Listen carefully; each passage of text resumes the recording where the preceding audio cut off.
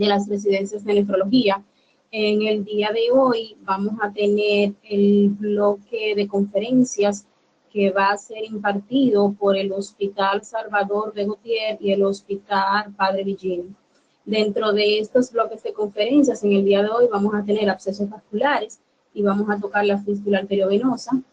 El miércoles 21 vamos a tener abscesos vasculares, catéter de hemodiálisis, y el viernes 23 abscesos vasculares de diálisis peritoneal. En el día de hoy vamos a iniciar con la doctora Zairis de la Cruz, R1 de nefrología, de la residencia del Hospital Salvador de Gautier y el Hospital Padre Villini.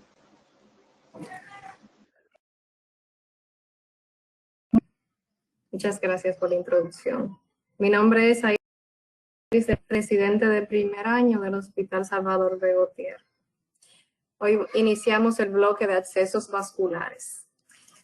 Reconociendo que la incidencia y la prevalencia de la enfermedad renal crónica ha aumentado exponencialmente en los últimos 20 años, sobre todo en la población envejeciente, predominando en el grupo de edad por encima de los 75 años, donde hay que destacar que la terapia de sustitución renal para la que van a optar estos pacientes es hemodiálisis.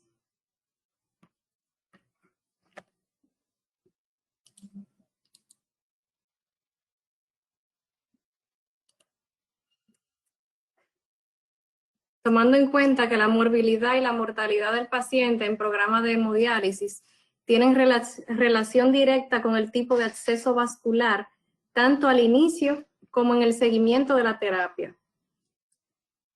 Hay que destacar que el riesgo de complicaciones infecciosas al inicio de la hemodiálisis se multiplica por 4 cuando se utiliza un catéter comparado con la fístula, sea autóloga o protésica, y hasta 7 veces cuando el catéter es el absceso vascular prevalente. También hay que tomar en cuenta que hay un incremento significativo en el riesgo de mortalidad asociado con el uso del catéter, sobre todo en el primer año de la terapia. Las recomendaciones para absceso vascular de la guía KDOQI plantean uso de fístulas en al menos 65 y 80% de los pacientes respectivamente, reservando el uso de catéteres para aproximadamente un 10% de la población, ya que más del 20% de hospitalizaciones son relacionadas al absceso vascular, lo cual conlleva un costo anual que ronda el $1 billón. Por lo tanto, una pronta remisión de estos pacientes al nefrólogo permitiría una rápida evaluación y construcción del absceso vascular, evitando los riesgos de un catéter venoso, que es lo que normalmente se utiliza cuando el paciente es remitido tardíamente en el curso de la enfermedad renal crónica y lo más común en nuestro medio. ¿Qué es una fístula?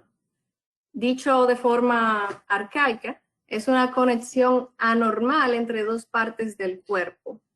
Adaptándola a nuestra materia, se podría decir que es una apertura hecha en la piel y vasos sanguíneos a través del cual fluye la sangre durante la hemodiálisis. En cuanto a la evolución histórica del proceso de aparición de la fístula, en el año 1943, Kolff, quien es considerado el padre de la hemodiálisis en Cleveland, utiliza por primera vez el riñón artificial, el cual consistía en un sistema de tambor con un filtrado rotacional, pero que para realizar la depuración se necesitaba realizar punciones venosas sucesivas de 100 ml cada una, quedándose rápidamente el paciente sin acceso para darle continuidad.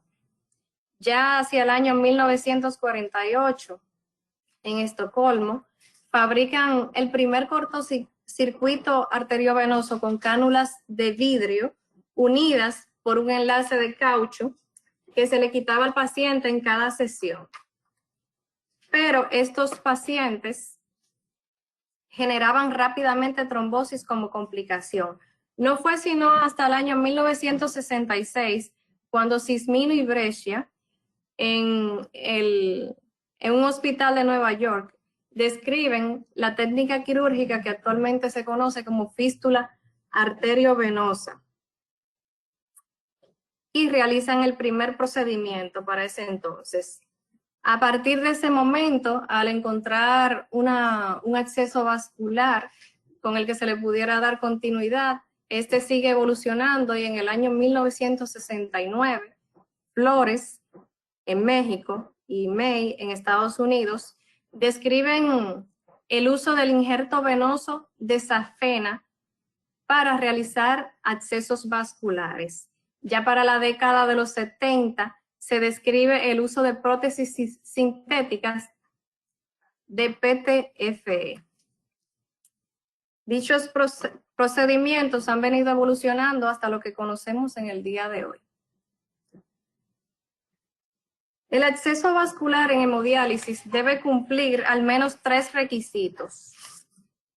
Primeramente, permitir el acceso seguro y repetido del sistema vascular del paciente, proporcionar un flujo suficiente para administrar una dosis de hemodiálisis y presentar pocas complicaciones. Las fístulas arteriovenosas autólogas o nativas son las que mejor cumplen estos 3 requisitos, en especial las radiocefálicas, como veremos más adelante. Previo a la realización de la fístula hay que tomar en cuenta varios aspectos. Primeramente, el aspecto de la historia clínica, donde vamos a tomar en consideración factores sistémicos que pudieran generar un peor pronóstico en la fístula arteriovenosa, como sería la edad avanzada, la diabetes, la arteriopatía, el tabaquismo, la obesidad. También hay que tomar en cuenta factores locales a valorar antes de indicar la fístula arteriovenosa, sobre todo aquellos que producen estenosis venosas centrales, como el antecedente de uso de catéter previo, antecedentes de accesos vasculares previos, cirugías torácicas o traumatismos en el tórax. También la insuficiencia cardíaca congestiva, las prótesis valvulares que aumentan el riesgo de sobreinfección y en aquellos pacientes que tengan una expectativa de vida limitada o que sean candidato a trasplante de donante vivo de forma rápida, se podría decir. En esto se valora de primera instancia colocar un catéter. ¿Cuándo realizar la fístula? En el documento de consenso de la Sociedad Española de Nefrología para el manejo de la enfermedad renal crónica, la preparación del paciente para la terapia de sustitución renal se debe de plantear a partir de un filtrado glomerular estimado de 30.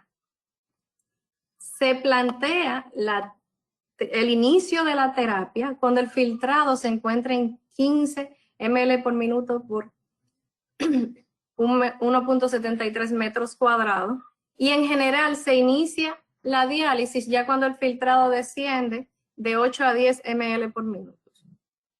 La previsión del inicio de hemodiálisis irá relacionada con la decisión de cuándo proporcionar al paciente la información necesaria de un modo detallado acerca de la preparación para el acceso vascular, obviamente. La guía recomienda en los pacientes con enfermedad renal crónica progresiva considerar la creación del acceso vascular cuando el filtrado desciende a 15. Se recomienda que la fístula arteriovenosa nativa se realice con una antelación previa al inicio de la hemodiálisis de 6 meses. Se sugiere que la fístula arteriovenosa protésica sea realizada al inicio de la hemodiálisis con un tiempo de antelación de entre 3 y 6 semanas. Y se recomienda la realización de fístula arteriovenosa con carácter preferente en los pacientes con una ERC de rápida evolución, falta de maduración de la fístula arteriovenosa o portadores de catéteres venosos centrales no tunelizados. Para crear una fístula arteriovenosa se debe de disponer de un lecho vascular adecuado, tanto arterial como venoso. Por lo tanto, se precisa de la integridad anatómica y funcional de ambos lechos. Por lo tanto, se les recomienda a estos pacientes que se extreme la conservación de la red venosa superficial de ambas extremidades superiores, que deben preservarse libre de punciones y canulaciones. Dentro de las recomendaciones del paciente candidato a hemodiálisis se encuentra evitar venopunciones innecesarias y accesos venosos periféricos en la extremidad destinada a la creación del acceso. Favorecer el uso de las venas del dorso de la mano para muestras de sangre, inyecciones, transfusiones, etc. Evitar la inserción de catéter en venas subclavias, planteando como alternativa la colocación en vena yugular o femoral. Evitar la colocación del catéter de inserción periférica y evitar en todo caso la punción de la vena cefálica del brazo y antebrazo no dominante.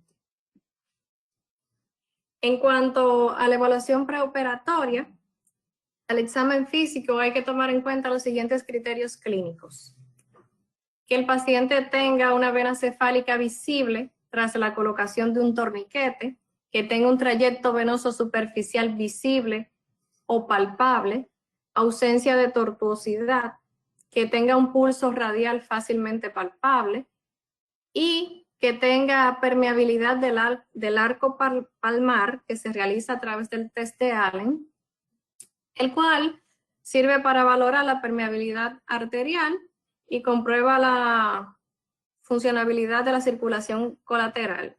En este se comprimen con los dedos la arteria cubital y radial y se comprueba soltando una y otra la vascularización del área.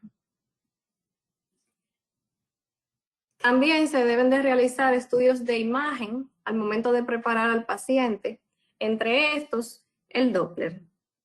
Este ha indicado sobre todo en pacientes obesos o con historia de accesos vasculares previos, aunque ofrece poca información sobre los troncos venosos centrales.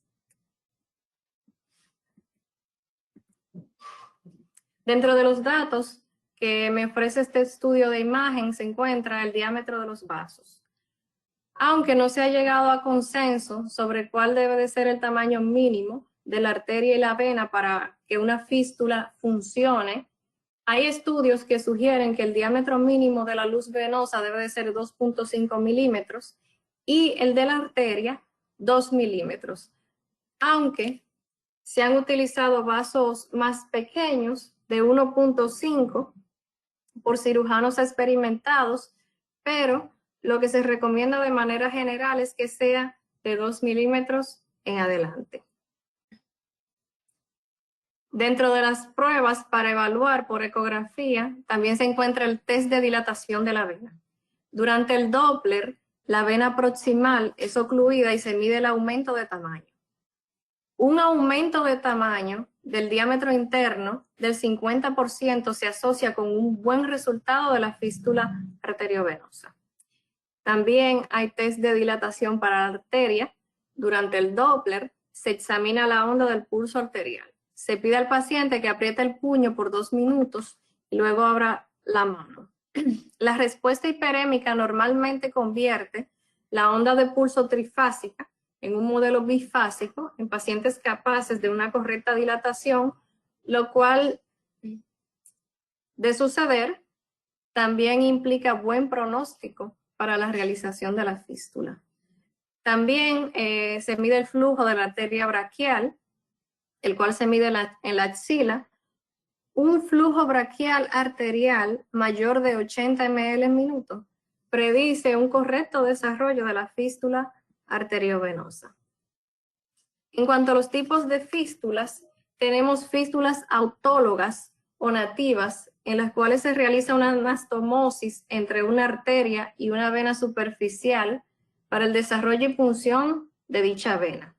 Y están las protésicas, las cuales se componen de un puente de material protésico entre una arteria y el sistema venoso para la punción de dicho material protésico. Dentro de las ventajas de las fístulas nativas se pueden citar que son permanentes, van por debajo de la piel, pueden durar hasta 20 años, proveen un mejor flujo, por ende el paciente va a tener una mejor terapia, conlleva una menor tasa de infecciones y complicaciones, menos hospitalizaciones y por tanto mejor supervivencia. Dentro de las desventajas está que puede ser que no maduren o no se desarrollen lo suficiente, que no es posible realizarla para todos los pacientes y usualmente no puede utilizarse por el periodo de maduración durante 6 a 8 semanas. Las guías recomiendan utilizar la fístula autóloga por encima de la protésica, ya que tienen mayor duración funcional y menor tasa de complicaciones. En cuanto a las fístulas protésicas, estas, en cuanto a sus ventajas, son permanentes por igual, van por debajo de la piel, pueden usarse más rápido, luego de 2 semanas incluso, y pueden funcionar en pacientes con pobres venas. Dentro de las desventajas, hay una mayor tasa de hospitalizaciones, mayor probabilidad de trombosis, aumenta riesgo de infecciones, riesgo de otras complicaciones, se realizan procedimientos para repararla continuamente y no tienen una duración tan extensa como las nativas o autólogas. Dentro del material para realizarla se recomienda el uso del PTFE, que es el politetrafluoretileno expandido, por encima de otros materiales. En general, las prótesis arteriovenosas son una opción menos deseable que la fístula arteriovenosa, porque casi todas las prótesis promueven la hiperplasia de la íntima en la vena. La hiperplasia de la íntima se debe probablemente a la turbulencia en la anastomosis, posiblemente por la discrepancia entre la arteria y la vena. Y que además, como ya se citó anteriormente, las fístulas nativas pueden mantenerse durante muchos más años, a veces décadas, además de un índice de alta supervivencia, menor tasa de infecciones y que no conlleva implante de un material extraño. En cuanto a otras opciones, se encuentran los accesos vasculares exóticos. Se consideran accesos vasculares exóticos los planteados en caso de oclusiones extensas de troncos venosos, tanto en extremidades superiores como inferiores. Presentan la gran ventaja de permitir un nuevo acceso sobre un territorio que ya ha sido agotado y en ocasiones se pueden realizar para recuperar accesos que han fracasado por oclusión en venas de drenaje, en lo que el tratamiento endovascular no ha sido del todo efectivo. Estos se suelen realizar por lo general en miembros inferiores. En cuanto a la localización preferente, en cuanto a las fístulas arteriovenosas nativas, se prefiere de primera instancia la fístula radiocefálica, la cual fue descrita en el año 1966 y sigue siendo el patrón de referencia de acceso vascular para hemodiálisis, ya que preserva el capital venoso para futuros accesos en el resto del miembro superior. En cuanto a las fístulas protésicas, las de elección suelen ser la fístula húmero-basílica y la húmero-axilar. También se pueden realizar a nivel de la pierna, siendo fémoro-femorales. Estas en casos excepcionales, cuando hay estenosis de tronco venoso de cintura escapular, ya que presentan mayor riesgo de infección e isquemia que las de miembro superior. En cuanto a la localización, la guía nos recomienda que como primer acceso vascular, al momento de crear una fístula arteriovenosa nativa, se debe realizar lo más distal posible en la extremidad superior no dominante. Tras agotar el acceso vascular radiocefálico, se recomienda la fístula arteriovenosa nativa realizada con las venas disponibles a nivel del codo, siendo la húmerocefálica o radiocefálica proximal la primera alternativa a considerar. Se recomienda que la fístula arteriovenosa protésica se limite a los siguientes puntos. Primeramente, un paciente sin venas anatómicamente adecuadas en el brazo o antebrazo, o pacientes que requieren hemodiálisis de modo inmediato y se quiere evitar la implantación de un catéter tunelizado. En los casos en los que se han agotado los accesos vasculares a nivel de ambas extremidades superiores, se sugiere el empleo de otras técnicas, priorizando la fístula arteriovenosa protésica a nivel del muslo a través de accesos exóticos o bypass. Ya cuando ninguno de estos accesos son posibles, pues hay que proceder necesariamente a la colocación de un catéter. El brazo dominante, tanto que se recomienda. Pese a que es la recomendación general, no se han encontrado estudios que comparen la opción de priorizar mano dominante o contralateral. Pero se han hecho estudios donde se documenta que el uso del brazo dominante aumenta el riesgo de fracaso de la fístula arteriovenosa. Por ende, se prefiere este. Y también se presume que el paciente desea tener su brazo dominante libre durante la terapia.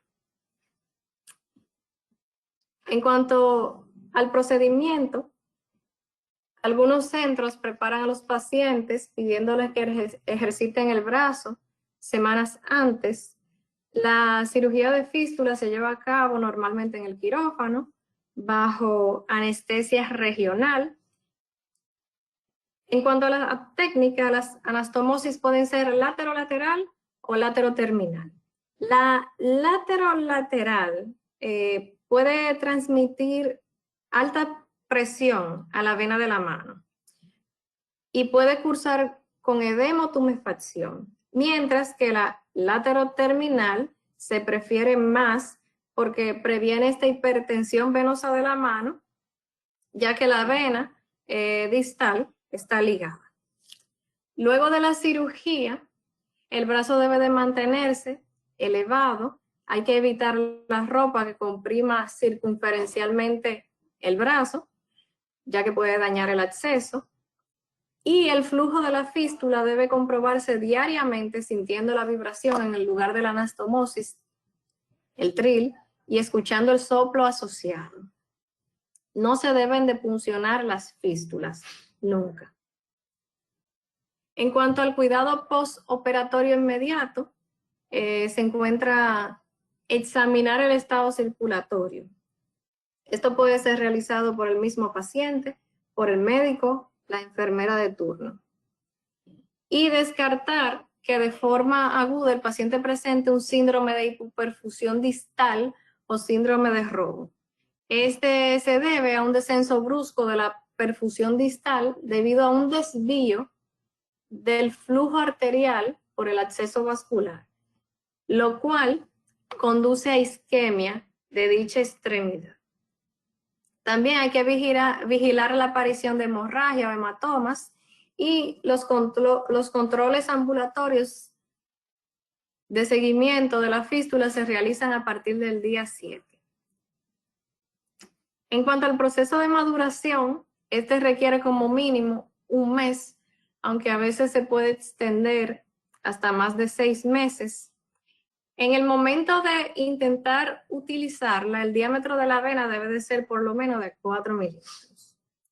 Debe de permitirse que la fístula madure porque la canulación prematura se asocia con infiltración, comprensión del vaso y pérdida permanente de la fístula.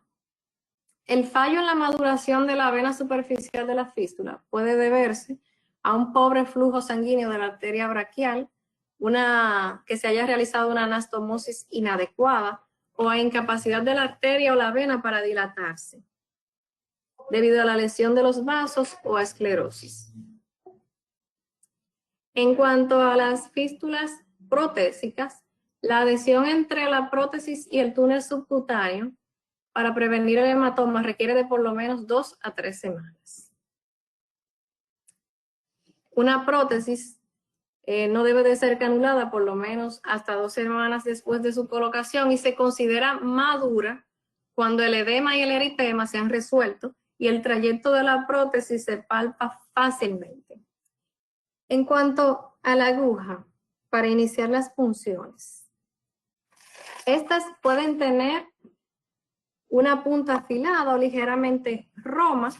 El extremo arterial cuenta con fenestraciones. Estas fenestraciones se usan para maximizar el flujo de aspirado y evitar la adhesión del bisel a la pared del vaso por la presión negativa, lo que puede llevar a lesión de dicho vaso. Los tamaños vienen desde 17 hasta 14. La numeración va inversa al calibre. A mayor numeración, menor calibre. Al momento de puncionar la fístula, en los pacientes sensibles puede aplicarse una crema anestésica. Muchos pacientes, especialmente los que disponen de accesos nuevos, requieren una inyección de lidocaína antes de la canulación. El tamaño de la aguja. Cuando se inicia la punción de la fístula, los nefrólogos recomiendan el uso de agujas pequeñas de calibre 17 y flujos sanguíneos bajos. En accesos maduros, por lo contrario, se necesitan agujas grandes para soportar el flujo sanguíneo requerido para la diálisis de alta eficiencia. En cuanto a la posición y la orientación de la aguja, se colocan 2 agujas en la vena dilatada de la fístula o dentro de la prótesis. La aguja principal, para la entrada de la sangre, se sitúa siempre en el segmento arterial, por lo menos a 3 centímetros de la anastomosis, y la aguja venosa necesita insertarse apuntando hacia abajo, aproximadamente 5 centímetros más abajo que la aguja arterial, para minimizar recirculación. En cuanto a las punciones repetidas, la canulación venosa repetida por sí sola puede llegar a dañar la fístula debido a microtraumas repetidos por la punción o debido al incremento del daño endotelial ocasionado por las fuerzas de cizallamiento durante el retorno venoso. Por ende, la manera de insertar las agujas va a afectar a largo plazo la permeabilidad y la supervivencia del acceso, particularmente en las fístulas. Hay varios métodos que se implementan para realizar la punción. Uno de ellos es el método de escalera o manejo rotacional, el cual utiliza la longitud completa del acceso, sin localizar las agujas clavadas en más de 2 zonas. La agrupación de pinchazos en una o más zonas debilita la pared y puede producir un aneurisma. Hay otra alternativa que es el método del ojal. Con este método, la fístula siempre se punciona por un número limitado de sitios y se va rotando. Esto es lo que se recomienda y hay que orientar a los pacientes, ya que cuando llegamos a la unidad vemos que ellos les sugieren siempre a la licenciada puncionarlo en el mismo lugar. Luego de realizada la terapia para la preservación de la fístula, se debe de hacer la hemostasia postdiálisis, en la cual luego de la extracción de las agujas se debe hacer presión sobre el lugar, normalmente con la punta de 1 o 2 dedos apretando firmemente, sin estrangular, pero no tanto como para ocluir el flujo. Este es el mejor método para conseguir la hemostasia. Se debe de prevenir la formación de un hematoma en el sitio mientras se controla la hemorragia por el orificio de salida. Esta presión debe de mantenerse por lo menos 10 minutos antes de comprobar que ha cesado la hemorragia. Hemorragias prolongadas pueden indicar una presión aumentada dentro del absceso debido a una estenosis imprevista en la línea venosa. El sangrado también es común en pacientes que reciben dosis terapéuticas de anticoagulantes como warfarina. No hay que aplicar vendajes adhesivos hasta que no se haya conseguido una hemostasia completa.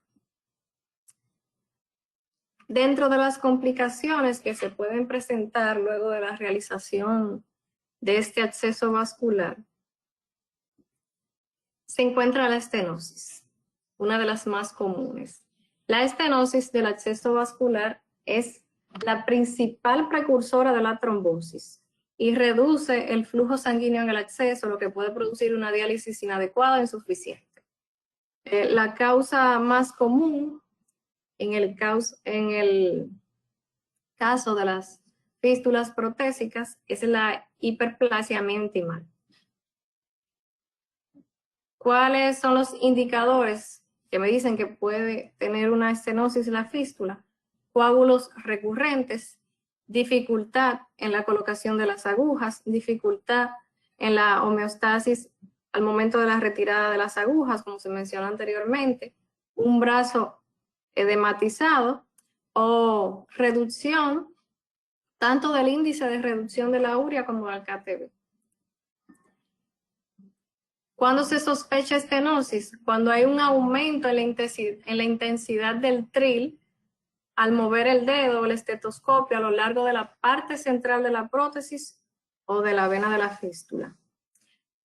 Si se tiene esta sospecha, se debe de realizar un Doppler, y si se comprueba en el Doppler que hay una reducción mayor del 50% de la luz del vaso, se debe de llevar el paciente a tratamiento intervencionista para realizar angioplastia transluminal o, dependiendo de la severidad, cirugía.